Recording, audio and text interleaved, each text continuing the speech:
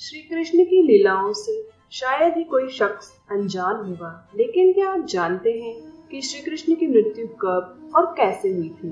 Video में आगे बढ़ने से पहले चैनल को सब्सक्राइब अवश्य कर लें। वो कौन था जिसके हाथों श्री कृष्ण की मृत्यु हुई थी? मानवता और मानव जाति को लगभग नष्ट कर देने वाला कुरुक्षेत्र का युद्ध शांत हो चुका था। अपनी जीत पर पांडव खुश नहीं थे, बल्कि युद्ध से हुई तबाही को देखकर उनका मन बहुत विचलित होता था। युद्ध के बाद श्री कृष्ण पांडवों के साथ गांधारी और धृतराष्ट्र के पास बेटे दुर्योधन की मौत पर शोक जाहिर करने और क्षमा मांगने पहुँचे। दुर्योधन का खून से लथपथ शरीर और अंधे माँ बाप की आंखों से आंसुओं की बाढ़ से पांडवों का भी दिल भर आया था।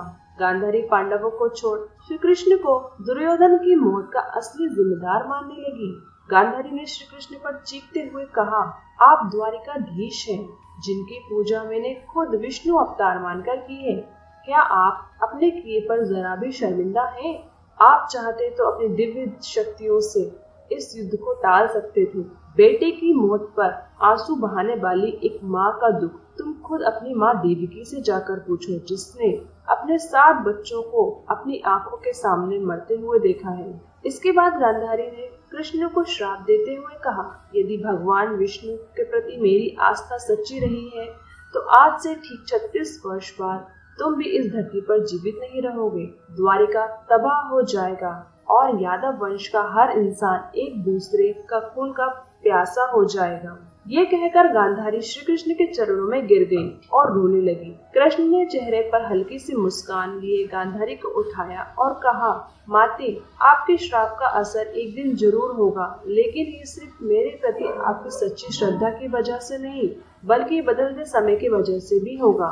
कहते हैं कि गांधारी का यही श्राप यादव वंश के विनाश और भगवान कृष्ण की मृत्यु का कारण बना।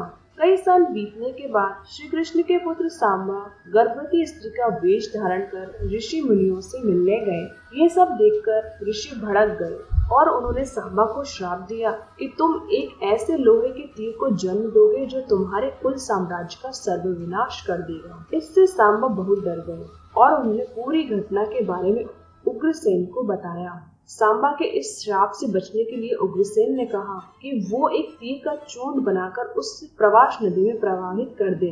ऐसा करने से वो श्राप मुक्त हो जाएगा। जिस इलाके में इस चूर्ण को जमा किया गया था वहाँ एक खास प्रकार की घास उग आई।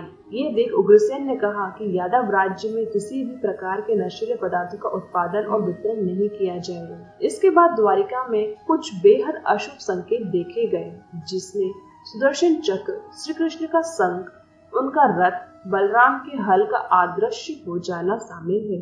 द्वारिका में अपराध और पाप बढ़ने लगे थे। ये देख श्री कृष्ण परेशान हुए और उन्होंने अपनी प्रजा से प्रवास नदी के तट पर जाकर पापों का प्रायश्चित करने का आग्रह किया। द्वारिकावासी वहां जाकर मदिरा के नशे में चूर एक दूसरे से लड़ने लगे। गांधारी के श्राप के अनुसार यादव वंश के सभी लोग आपस में लड़कर मर गए। इस घटना के कुछ समय बाद ही श्री कृष्ण एक पेड़ के नीचे योग समाधि ले रहे थे।